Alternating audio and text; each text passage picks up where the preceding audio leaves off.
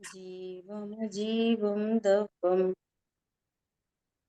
जिणवर बस हेण जेरणे दिठम देविंद बिंद वंदम वंदे तम सपदा सिरसा। द्रव्य संग्रह जी ग्रंथ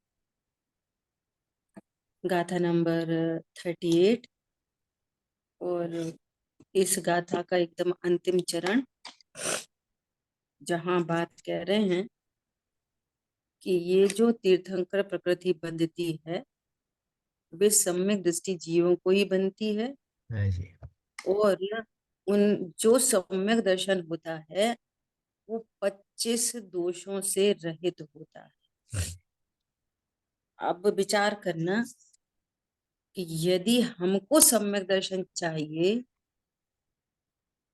तो इतनी सफाई चाहिए। सम्यक दर्शन चाहिए तो हमको देव के बारे में, गुरु के बारे में और लोक के बारे में कोई मूढ़ता नहीं चाहिए। बहुत सुंदर है जी, हाँ। यदि आपको इन तीनों के बारे में किसी भी प्रकार की मूढ़ता है तो सम्यक के पात्र नहीं हो सकते। ये भी तो देव हैं, वे भी तो देव हैं, ये भी हाँ, तो गुरु हैं, वे भी तो गुरु हैं, ऐसे सम्यक दर्शन नहीं होता। ठीक है। आ रही बात ख्याल में? हाँ, तो देव शास्त्र गुरु के प्रति एकदम क्लियर, एकदम क्लियर, कहीं कोई लाग लपेट नहीं, और है ना? दीदी एक बहुत सरल भी है, कोई इतना कठिन नहीं है। हाँ, कोई कठिन नहीं है। देखो, हम्म, स्वरूप जानने पर कुछ कठिन नहीं है।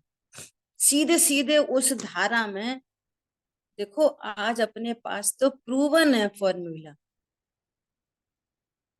प्रूवन फॉर्मूला है आज अपने सामने।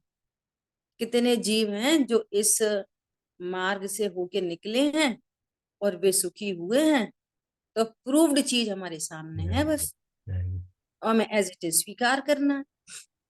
इतनी बात है। वो परीक्षा परीक्षा करनी है उस बात की, अपने ज्ञान में, उनकी नहीं, अपने हाँ, ज्ञान में।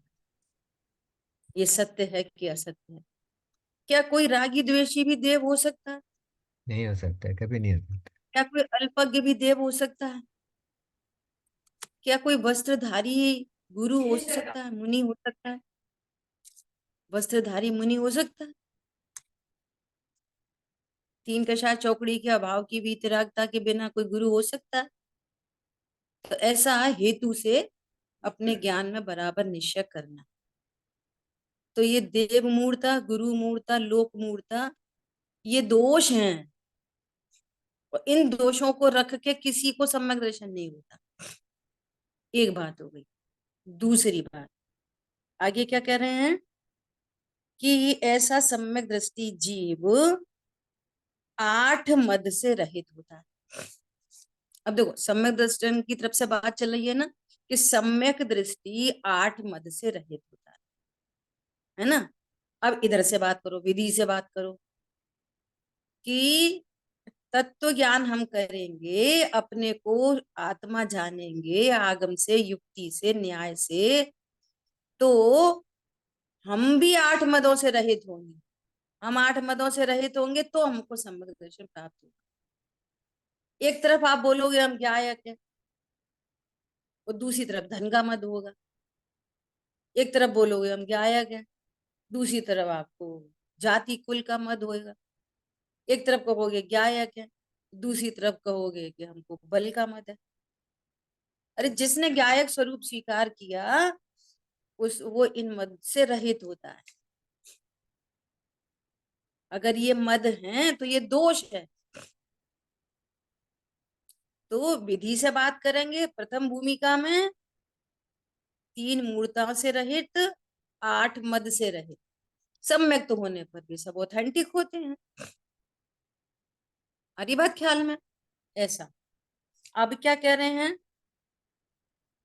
यहाँ पे कहा ही था कि सम्यक दृष्टि को 8 मद नहीं होते। क्यों नहीं होते? स्वभाव की दृढ़ता और प्रतीति होती। प्रतीति आई है, हाँ मैं भगवान आत्मा हूं। अब जब मैं भगवान आत्मा हूं तो मेरा कोई जन्मदाता नहीं, जन्मदाता नहीं तो माता पिता नहीं, माता पिता नहीं तो उनका वो कुल और जाति का मद नहीं।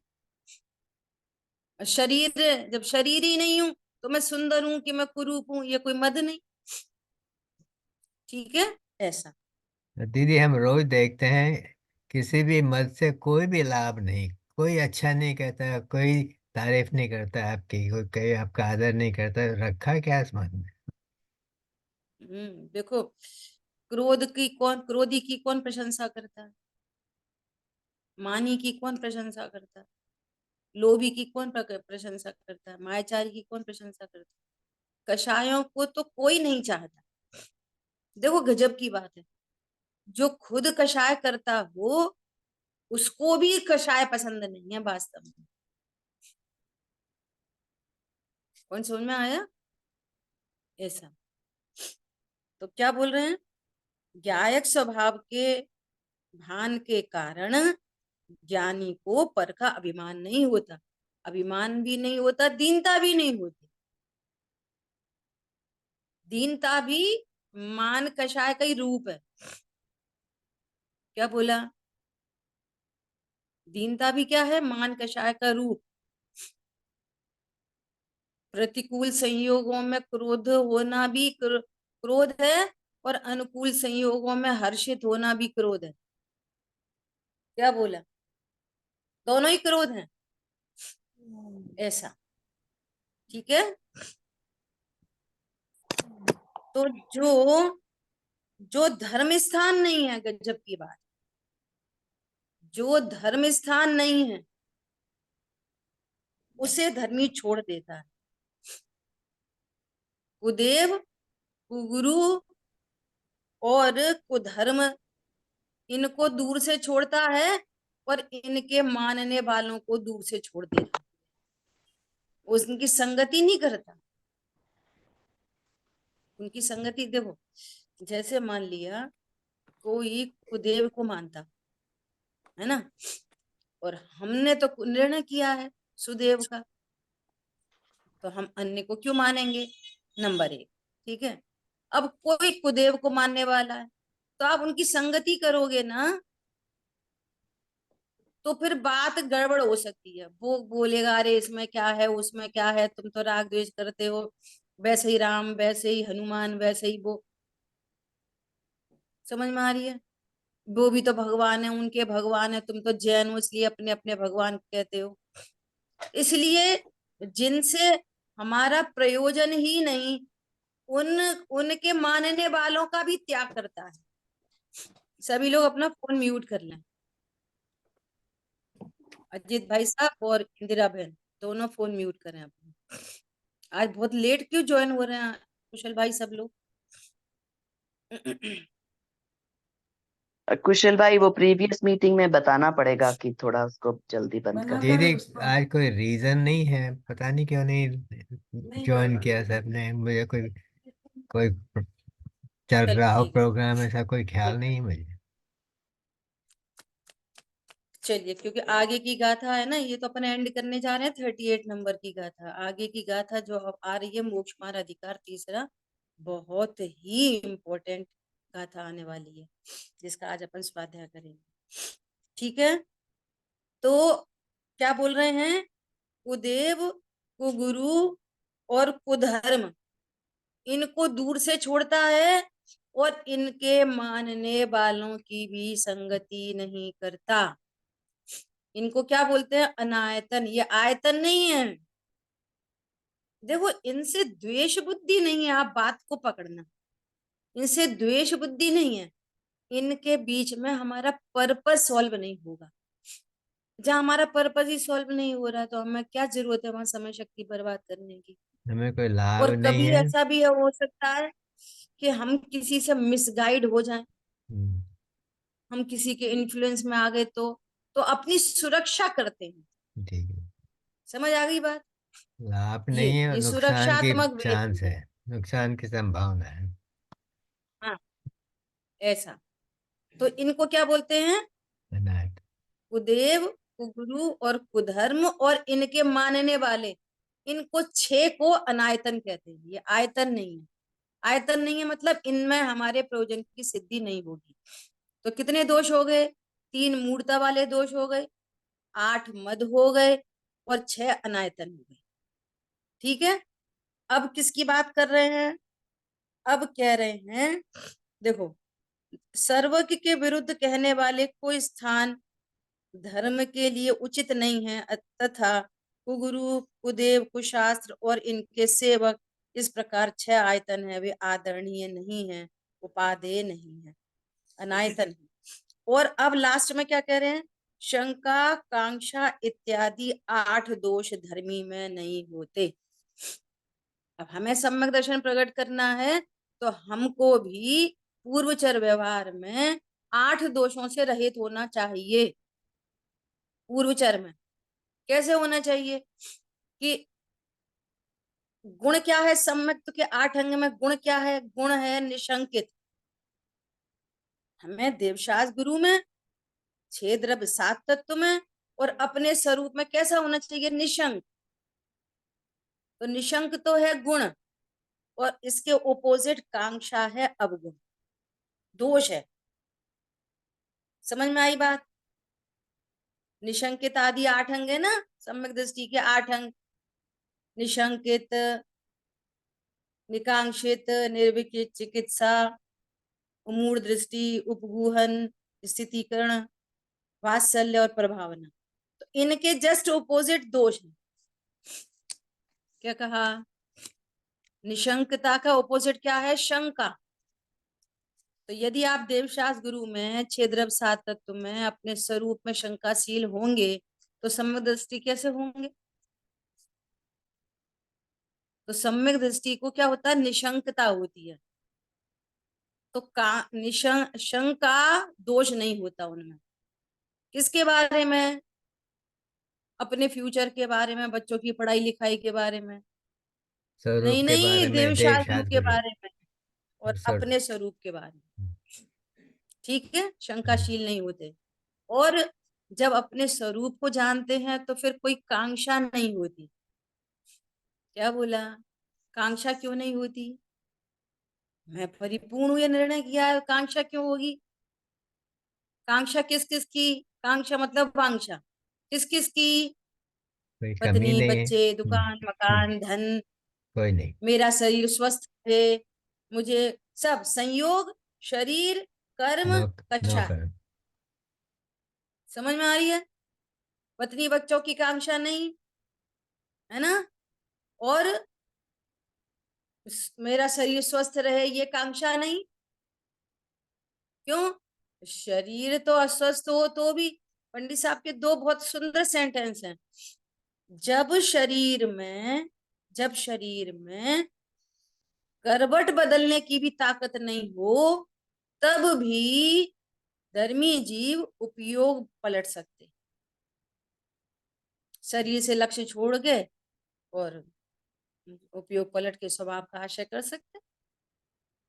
जब मुंह पे मक्खी बैठती हो और हाथ में इतनी ताकत नहीं है कि मक्खी को उड़ा दें, उसी समय स्वभाव का आश्रय करके कर्मों को चकनाचूर करके उड़ा सकते। समझ में आ रही बात? अभी आदरणीय सुमन जी भाई साहब एक दृष्टांत दे रहे थे थोड़े दिन पहले। क्या दे रहे थे? कि कोई एक व्यक्ति थे, वो बीमार थे, है ना, और शरीर बहुत भारी था। तो उनको कोई वॉशरूम वगैरह जाना होगा, तो उनको कोई व्यक्ति उठा के वो ले जा रहे। तो उन्होंने उठाया, तो उठाते में चूंकि शरीर भारी था तो वो गिर गए तो उठाने वाले के मुंह से एकदम से निकला, गिर गए, ऐसा बोला। वो गिर गए, अरे गिर गए। उन्हें थोड़ा सा दुख हुआ, गिर गए। तो जो गिर गए थे ना, वो क्या बोले पता है? पोटला क्या गुजराती में क्या बोलोगे? पोटला गिर गया, गिरे छे क्या, जो भी, पोटलो गिर गयो, पोटली गिर गई, ये मैं थोड़ी गिरा, मूर्ति का आत्मा कहाँ गिरा, पोटला ब- गिर गया। बहुत सुंदर। उनको बोलो, स्वाध्याय को स्वरूप का जो गिर ज्ञान था। गया वो बोल रहा है, हाँ, जो गिर गया वो बोल रहा है कि पोटलो गिरे छे, हूं न थी। बोलो गजब हो गई। तो ये सत्य, एक और सत्य घटना है कि कोई ट्रेन में जा रहा था और उनका हाथ कट गया या कुछ थोड़ा सा जो रहा होगा, दूसरे हाथ से अपना हाथ पकड़ के और वो जा रहे, और उनके साथ वाले सब एकदम से घबरा गए कि ये क्या हो गया, क्या हो गया। और वो व्यक्ति ऐसा बोल रहा है, वो कह रहे हैं शांति रखना, शांति रखना, अभी बस चल रहे हॉस्पिटल, शांति रखना। और वो उनको कह रहे हैं कि भैया तुम शांति रखना। जिसका हाथ टूट गया वो अपना हाथ पकड़ के कह रहा है शांति शांति रहे। रखना। बात समझ। पंडित साहब के साथ में भी एक बार बिल्कुल सामने देखते देखते ये घटना घटी थी। पंडित साहब को बोला, पंडित साहब ध्यान रखना। तो पंडित साहब बोले ध्यान है हमें, शरीर हम नहीं है, हमें तो ध्यान है। समझ में आ रही है बात? ऐसे कांक्षा नहीं होती। वो तो बहुत उपचार से कहा जाता है भैया शरीर स्वस्थ रहे तो अपन धर्म अरम कर सकते हैं। वो इसलिए कहा जाता है कि तुम अभी बच्चे हो ना, जरा सा शरीर में कुछ अप डाउन होएगा तो तुम्हारा उपयोग पूरा उधर ही लग जाएगा, तो तुम्हारे मंदिर भी छूट जाएगा, स्वाध्याय भी छूट जाएगी। इसलिए कहा जाता है ये खाली व्यवहारने से कि शरीर का ध्यान रखो। बाकी ध्यान यान कोई नहीं रख सकता शरीर का, वो तो होने योग्य परिणमन होता है। वो इसलिए कहा जाता है कि भैया थोड़ा ऐसा मत करो, कुपथ्य मत खाओ, ज्यादा ऐसा भोजन गरिष्ठ भोजन मत करो, थोड़ा सात्विक भोजन करो, अहिंसक भोजन करो, शुद्ध भोजन करो, जिससे तुमको असाता नहीं बंधे, जीवों पर दया क्षमा होगी तो नेचुरली साता बंधेगी। तो वो सब इसलिए कहा जाता है। बाकी धर्म शरीर से नहीं होता। वो तो सिर्फ इसलिए कहा जाता है कि शरीर के अप डाउन होने पर तुम्हारे परिणाम स्थिर नहीं रह पाएंगे। क्यों? क्योंकि तुम अभी बाल बुद्धि है तुम्हारी, बस उतना सा कथन है। बाकी शरीर से धर्म नहीं होता। तो वे कैसे होते? सम्यक दृष्टि निर्वांशक। सुनो ध्यान से, कहां तक निर्वांशक होते हैं, किस लेवल तक निर्वांशक होते हैं जानते हो? सम्यक दर्शन की भी वांछा नहीं होती, इस लेवल के निर्वांशक होती है। क्यों नहीं होती? सम्यक दर्शन की भावना तो होती है लेकिन वांछा नहीं होती। क्यों? मैं परिपूर्ण हूं, हम्म, इसका ही नाम तो सम्यक दर्शन। बात समझे। जुगल जी बाबूजी कहते थे कि अगर सम्यक दर्शन आ गया तो मैं रखूंगा कहाँ, मेरे पास तो जगह ही नहीं है। मेरा तो ग्लास इतना फुल है कि एक एक बूंद। ड्रॉप भी अगर दूध डालोगे तो ओवरफ्लो हो जाएगा, हाँ, इतना फुल है। त्यागो पादान शून्य तो शक्ति का धारी, बात समझे। इतना फुल है। किसी की भी चाह नहीं है। क्यों? अभी अपने को मुक्त स्वरूप देख रहा है। मुक्ति की चाह तो उसे होगी जो अपने को बंधन में स्वीकार करेगा। क्या बोला? मुक्ति की बा- चाह किसको होगी? ये बंदा हुआ है। अभी बहुत अपने को बंधन में देख रहा है। बहुत सुंदर है, बहुत सुंदर। सुबह हमारे यहाँ जब समय सार जी की पूर्णता हुई तो हम लोगों ने एक दिन दो दिन थोड़ा सा प्रोग्राम किया कि आपने समय सार जी में क्या सीखा, आपको क्या अच्छा लगा। तो हमारे एक साधर्मीय भाई ने बोला कि अम, सुनना बहुत ध्यान से, ऐसी स्यादवार शैली से उन्होंने बात की कि मोक्ष को तो वो ही चाह सकता है जिसको बंध दुखदायक लगता है। मोक्ष को कौन चाहेगा? जिसको बंधन दुखदायक लगेगा। लेकिन इस समय सारजी ग्रंथ का स्वाध्याय करके हमें कुंद कुंद आचार्य भगवान ने समय सार जी में ये बताया कि सुन, तू तो बंध मोक्ष दोनों से रहित है। ये स्टेटमेंट थी उनकी। पकड़ में आई बात? पहले क्या बात कह दी कि मोक्ष को तो वो चाहेगा जो जिसको बंधन दुख लगे। अभी बंधन में ही दुख नहीं लगता, हम्म, अभी तो जरूरी समझ रहे, जरूरी जरूरी। जो मजबूरी है, कर्म के उदय के नाटक चल रहे हैं, जो मजबूरी है उसको जरूरी कहते हैं सर। जरूरी। जरूरी। ऐसे किसी को पूछो क्यों आज क्लास में क्यों नहीं आए, तो क्या बोलेंगे? अरे जरूरी काम से चले गए थे। सुनते से ही ऐसा लगता है कि जरूरी। जरूरी काम ये था कि जरूरी वो था? क्या था जरूरी? बोलो। जरूरी काम से थोड़ा जरूरी काम था। जिसको वो जरूरी लग रहा है ना, तो समझना कि अभी वो स्वाध्याय में उसका प्रवेश नहीं हुआ। हम्म, जिसको मजबूरी लगने लगी, प्रभु ये कैसा कैसा पूर्व में कर्मबद्ध बंधन का नाटक है। ये इसका कब काम खत्म है? समझ में आ रही है बात? ऐसा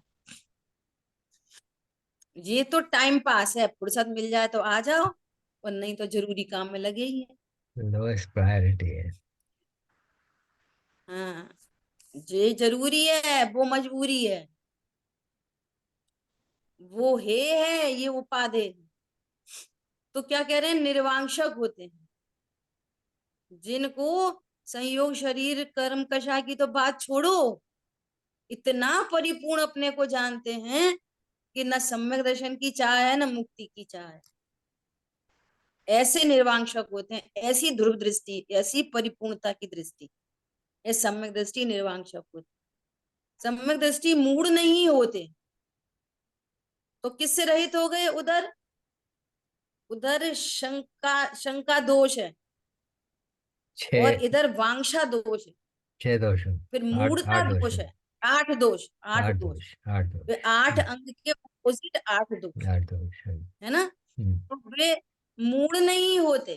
3 मूर्ता, 8 दोष, तो अमूढ़ दृष्टि चनाते। अंग है, और उसका अपोजिट मूढ़ता, लोक मूढ़ता, देव मूढ़ता, गुरु मूढ़ता, ये मूढ़ता है। तो इन मूढ़ताओं से रहित होते हैं सम्यक दृष्टि। बात समझ में आ रही है? पैरेलल अपन दोष और गुणों की बात कर रहे हैं। हाँ जी जी। ठीक है, ऐसा। तो शंका, कांक्षा, मूढ़ता, ये सब क्या है? दोष। हम्म, और इनके अपोजिट उधर निशंकता, निर्वांशकता और अमूर्त, अमूर्त। अमूर्ता, ये है अंग, ये है हम्म, गुण। ठीक है, इसके बाद फिर निर्विचिकित्सा। निर्विचिकित्सा अंग है, गुण है, और विचिकित्सा दोष है। ग्लानि करना, किसी के शरीर में रोग आदि देखकर ग्लानि करना, ये दोष है।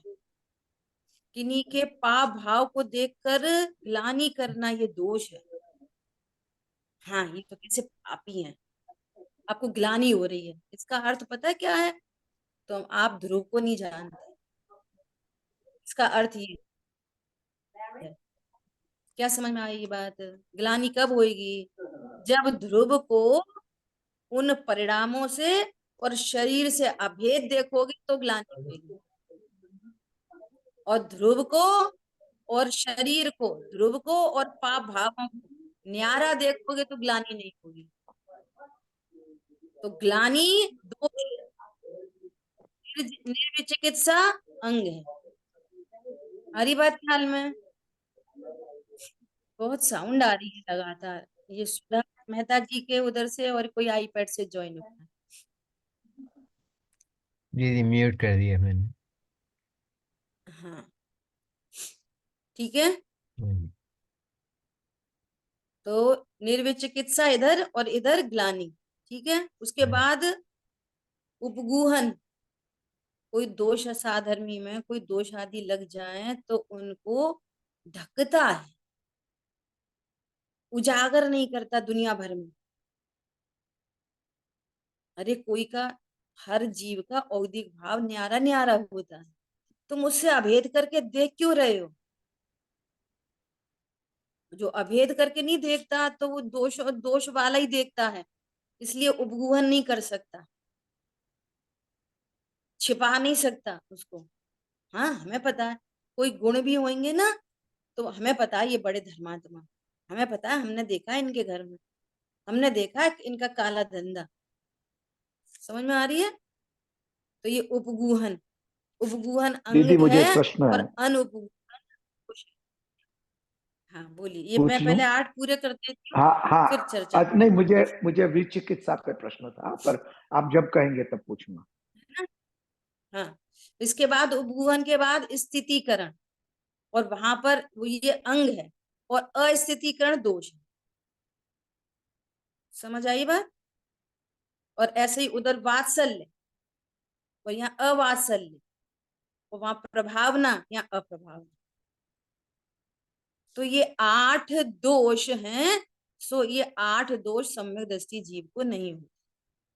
ठीक है, टोटल करेंगे। 3 मूर्ता, 6 अनायतन, 6 अनायतन, 8 मद 8 मद और 8 और शंकाती 8। दोष। ये सब टोटल करेंगे तो ये 25 हो जाएंगे। तो सम्यक दृष्टि जीव को ऐसे 25 दोष नहीं होते। सुधा जी, आप अपना वीडियो ऑफ कर लीजिए प्लीज। बोलिए शांति भाई। हाँ, मुझे प्रश्न ये था कि ये विचिकित्सा का स्वरूप, अपन जैसे कोई घृणात्मक वस्तु दिखती है या बास आती है, बहुत जबरदस्त बास आती है, तो अपने को द्रव्य का चिंतन करें उस समय कि ये तो परमाणु का स्वभाव है, तो बात बैठ जाती है। पर फिर भी ये जानते हुए भी हमें कोई गंदगी हो, बास बहुत आ रही हो तो तकलीफ होती है, और वो घृणा का थोड़ा बहुत भाव तो आता ही है। तो अब इसको कैसे लेवें?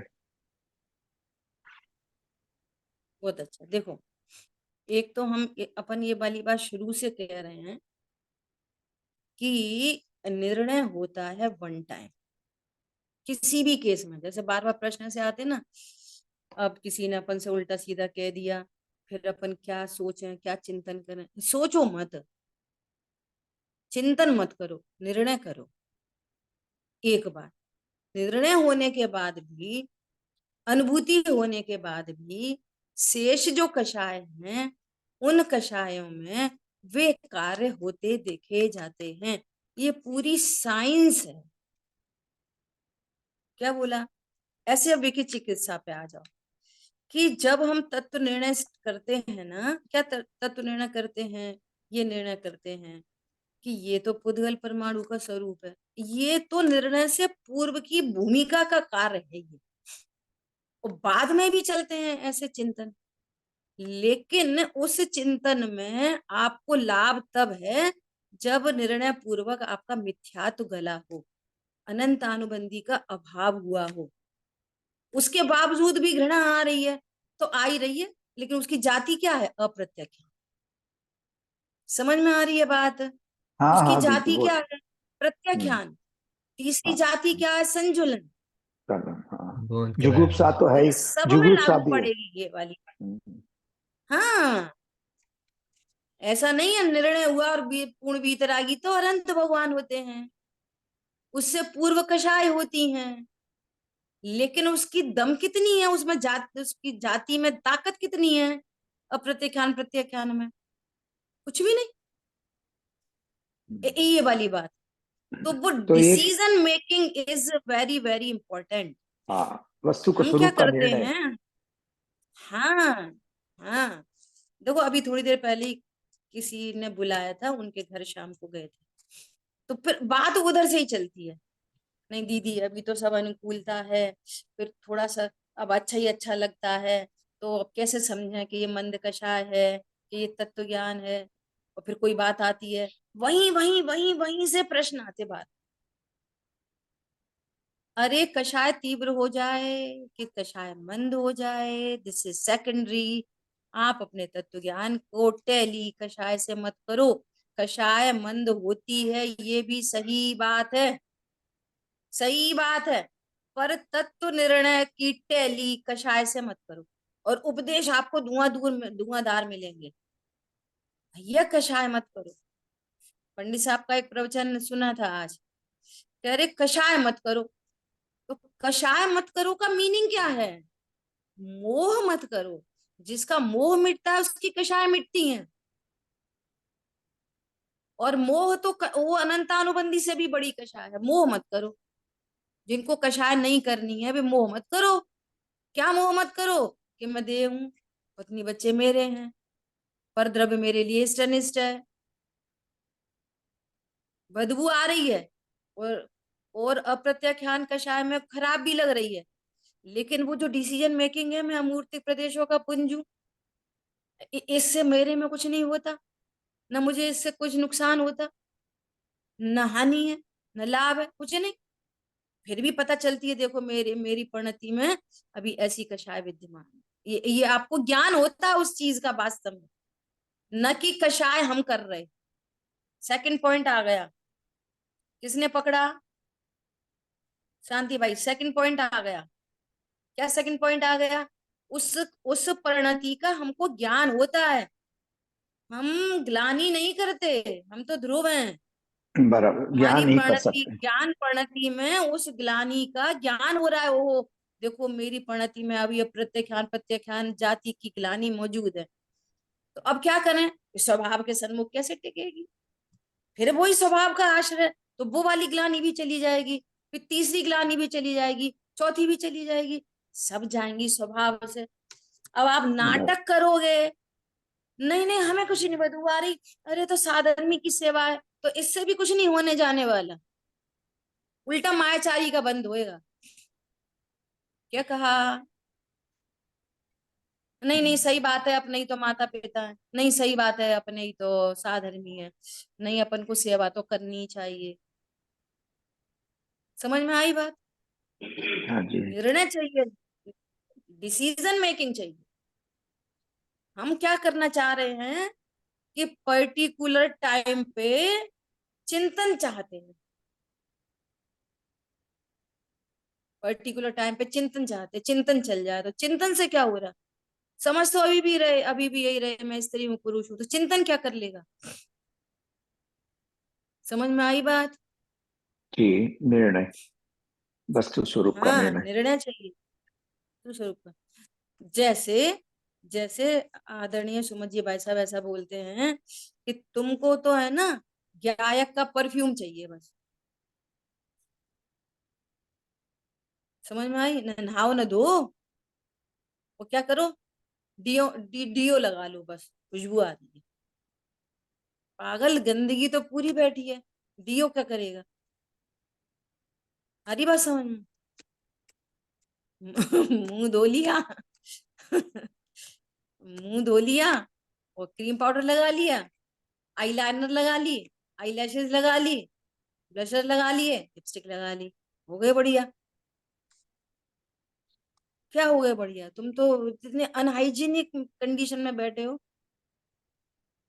हाइजीन नहीं है बिल्कुल, रोग रोग आदि होंगे, ऐसी स्थिति है। तो परफ्यूम नहीं चाहिए, चिंतन नहीं चाहिए भैया, क्या चाहिए? डिसीजन चाहिए।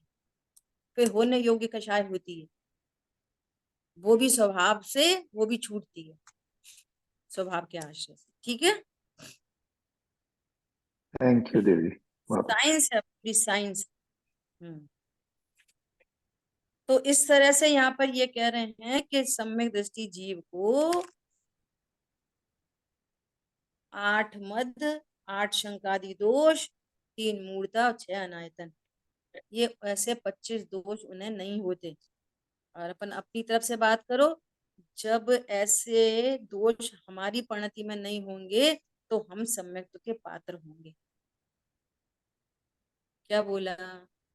ये पूर्वचर व्यवहार है, और पूर्वचर व्यवहार होने पर सम्यक दर्शन हुआ, सम्यक दर्शन होकर ये ही सहचर उत्तरचर व्यवहार बनेगा, तब कहेंगे सम्यक दृष्टि 25 दोषों से रहित होगी। ठीक है, समय अभी अपने पास 10 मिनट है ना? चलो अभी नई गाथा अपन शुरू करते हैं, ये गाथा है बहुत इंपॉर्टेंट। अब तीसरा अधिकार है मोक्ष मार अधिकार,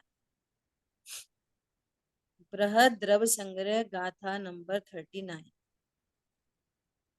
नेक्स्ट पेज निकालेंगे ऐसे। चलो आप में से कोई पढ़ेगा? शांति भाई आप ही पढ़ेंगे, स्क्रीन पे तो आ ही रहा है, पढ़िए। हाँ जी। क्या पढ़ूं? खाली गाथा पढ़ूं? नहीं नहीं ये पढ़ो पहले, उत्थानी का ऊपर। ओके, इसके बृहद द्रव्य संग्रह गाथा 39, मोक्ष अधिकार, मोक्ष मार्ग अधिकार। इसके पश्चात 20 गाथाओं तक मोक्ष मार्ग का कथन करते हैं। वहां प्रारंभ में सम्मदंसण इत्यादि 8 गाथाओं द्वारा निश्चय मोक्ष मार्ग और व्यवहार मोक्ष मार्ग के प्रतिपादन की मुख्यता से प्रथम अंतर अधिकार है। तत्पश्चात द्विहंपि मुख्यम् आदि 12 सूत्रों द्वारा ध्यान, ध्याता, ध्येय, ध्यान फल के कथन की मुख्यता से द्वितीय अंतर अधिकार है। इस प्रकार तीसरे अधिकार में समूह रूप से भूमिका है। अब प्रथम ही क्या क्लियर सूत्र हो के गया? पूर्वार्ध से क्या दीदी, यहाँ ये कह रहे दो अंतर हैं कि अधिकार अभी आए। तीसरा अधिकार शुरू हो रहा है। हाँ, तीसरा अधिकार शुरू हो रहा है, तो अब इसमें 20 गाथाएं हैं, है ना। पहले यहाँ पर निश्चय और व्यवहार मोक्ष मार्ग का स्वरूप कहा जाएगा, और फिर आगे ध्यान, ध्याता, ध्येय और ध्यान के फल का स्वरूप कहा जाएगा। ऐसा उन्होंने पहले से इस अधिकार का परिचय दे दिया, है ना। अब हाँ गाथा जी। नंबर 39 शुरू हो रही है, जिसमें व्यवहार मोक्ष मार्ग और उत्तरार्ध में निश्चय मोक्ष मार्ग का कथन करती है। आप गाथा पाठ करेंगे? हाँ दीदी। कौन सी प्राकृत वाली बोलूं कि जी, संस्कृत 39 वाली है? प्राकृत, प्राकृत, ओके। प्राकृत। सम्मदं शरणणाणं चरणं मोक्षस्य कारणं जाने व्यवहाराणि क्षयदो तत्तीयमयोनियो अपा। बहुत बढ़िया, बहुत बढ़िया। हिंदी भी पढ़ लीजिए। सम्यक दर्शक सदज्ञान चारित्र मुक्ति मग व्यवहार से इन तीनमय शुद्धात्मा है मुक्ति मग परमार्थ से। बहुत अच्छा। अब देखो, इसमें आपको थोड़ी अलग सी बात मिलेगी, ठीक है। सो नाउ बी प्रिपेयर, ठीक है। अब तक हमने निश्चय और व्यवहार मोक्ष मार्ग को क्या समझ रखा है? अब तक जो हम लगातार सुन रहे हैं, इसमें आचार्य देव कुछ बहुत एक्स्ट्रा ऑर्डिनरी बात करने जा रहे हैं। तो पहले अब तक जो हमने सुन रखा है, निश्चय मोक्ष मार्ग किसको कहते हैं? बोलो। बहुत बार चर्चा हो चुकी है अपनी। निश्चय मोक्ष मार्ग मतलब, पारुल बहन बोलिए।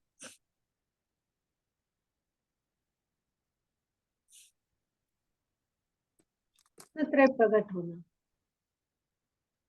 हाँ, बहुत बढ़िया। रत्नत्रय, है ना। है रत्नत्रय का ही दूसरा नाम क्या है? निश्चय मोक्ष मार्ग। रत्नत्रय को, और रत्नत्रय का ब्रैकेट ओपन करेंगे, कोई समझता नहीं है रत्नत्रय तो वितरक, क्या बोलेंगे?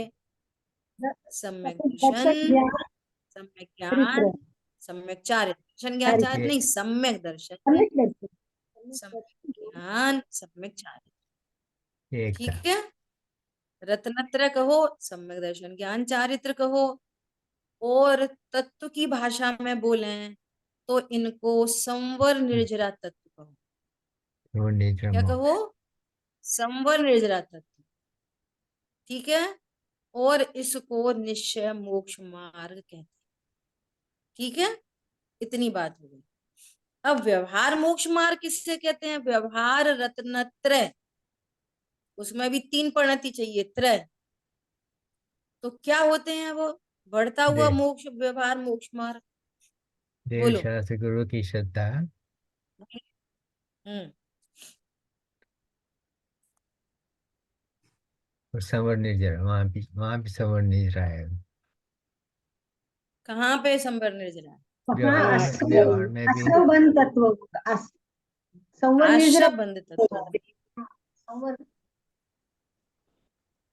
आज नेट तो बहुत पता नहीं कुछ वीक चल रहा है।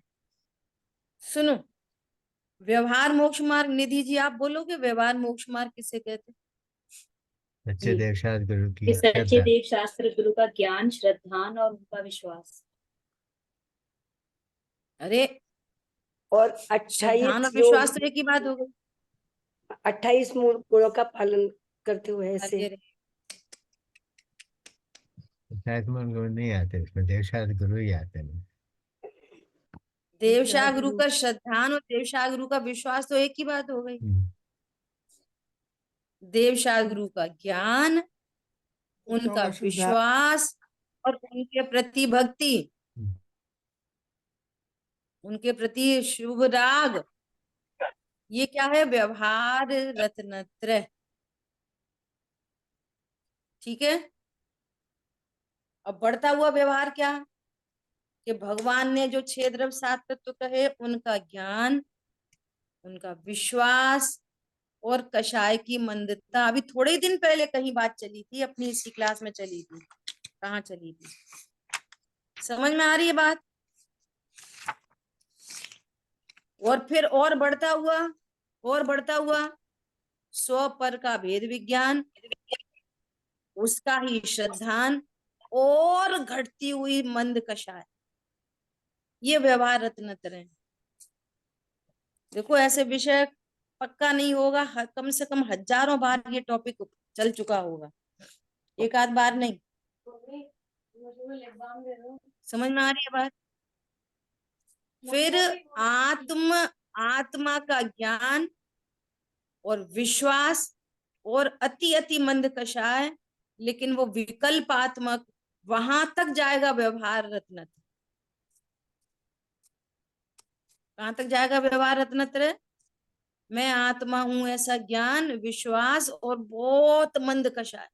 अब समझो मोह टूट नहीं जा रहा है, और अब मोह टूटा, अनंतानुबंधी मिटी और रत्नत्रय प्रकट हुए। तो ये जो रत्नत्रय प्रकट हुए, ये है निश्चय मोक्ष मार्ग।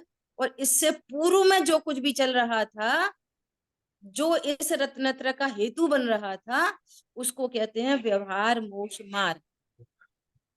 बोलो, इतने में किसी को समस्या है तो बोलो। तब तो ये गाथा तभी समझ में आएगी, नहीं समझ में नहीं आएगी। बोलिए, कौन, कोई या तो कोई रिपीट करे, या समझ में नहीं आया तो क्वेश्चन पूछे।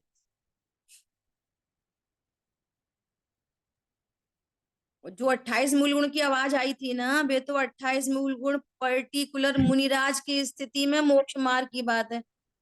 वहां पर भी ये सारे घटित होंगे, मुनिराज को भी। समझ में आ रही है बात? व्यवहार ऐसा। रत्नत्रय दीदी, देव शास्त्र, गुरु का ज्ञान, विश्वास, श्रद्धान और कषाय की मनता, स्व पर का भेद वहां राग विज्ञान। बोल सकते हैं, वहां पे क्या बोल सकते हैं? सुनो, वहां पे क्या बोल सकते हैं? भगवंतों के प्रति राग, भगवंतों के प्रति बहुमान, उनकी भक्ति बोल सकते हैं। हम्म, चारित्र की परिणति में भगवान हम्म, के प्रति राग उत्पन्न हो रहा है, उनका बहुमान आ रहा है, उनकी प्रति भक्ति आ रही है। ये हो गए व्यवहार रत्नत्रय। ठीक है। इसके साथ में ही फिर स्व पर का भेद विज्ञान, श्रद्धान, गति कषाय, ये आगे बढ़ने का मार्ग, आत्मा का हाँ, ज्ञान। अब बीज में डालो पहले 6 द्रव्य 7 तत्व। बीज में फिर डालो, भगवान ने जो 6 द्रव्य 7 तत्व कहे, वो ज्ञान और विश्वास और कषाय की मंदता।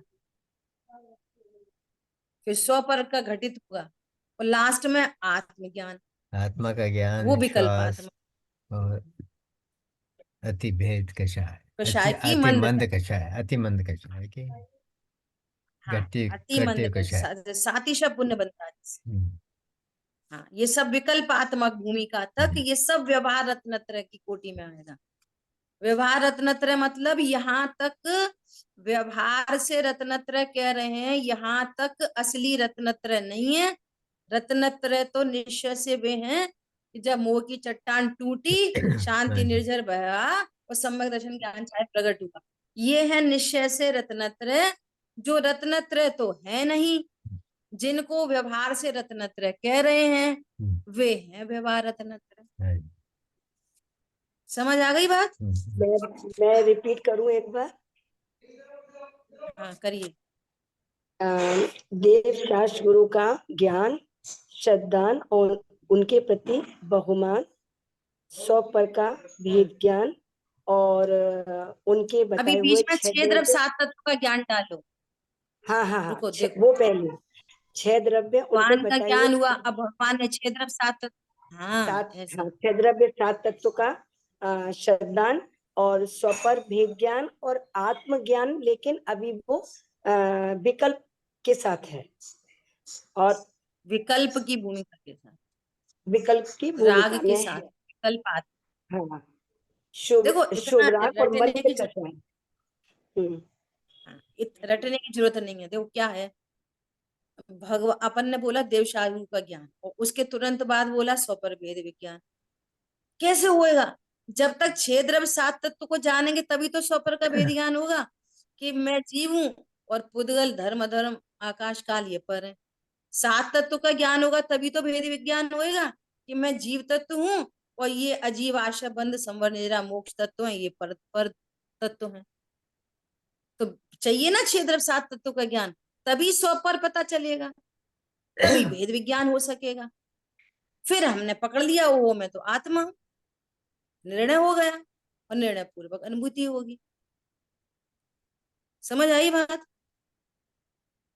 ऐसा ठीक है? बोलो कोई क्वेरी है तो पूछो। क्लियर है तो फिर उसको पक्का करो और जब पूछा जाए तो फिर प्रॉपर तरीके से हमको बताने में आए। ठीक है? इस गाथा का स्वाध्याय समय भी हो गया, इस गाथा का स्वाध्याय अपन अब कल करेंगे। ठीक है? चलिए। जिन वाणी के ज्ञान से सूझे लुकालो, सो वाणी मस्तक सदा दे खुले द्वारा शांगरी संभाली माता की जय। जय जिनेन्द्र सभी। जय जिनेन्द्र सभी। जय जिनेन्द्र।